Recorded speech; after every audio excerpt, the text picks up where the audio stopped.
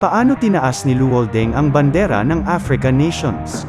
Gumawa na ng kasaysayan ang South Sudan National Basketball Team sa FIBA World Cup 2023 bilang ang top finisher sa lahat ng African teams na kalahok sa torneo.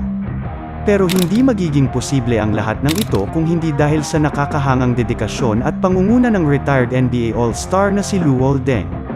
Ang former Chicago Bulls star ay isang South Sudanese-British national na matagal nang tumutulong sa iba't ibang African nations.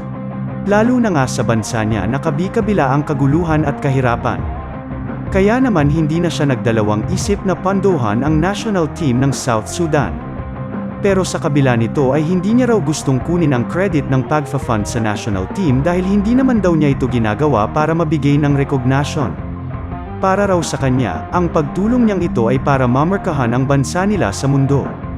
Nais niya lang daw maging inspirasyon sa buong mundo ang tagumpay ng South Sudan at ang patuloy na pag-angat ng bandera ng African nations sa mundo ng basketball.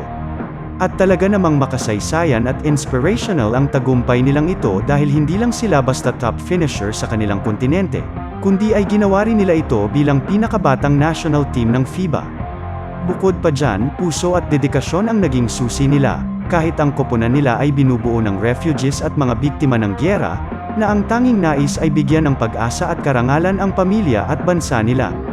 Naging malaking bahagi rin si Deng sa pagtetrain sa mga atleta nila at ang pangunahing sinasabi niya raw sa kanila, at sa puso't dedikasyon nga nilang ito, sa tingin niyo ba ay kayang masungkit ng South Sudan ang title ng Olympic Champions?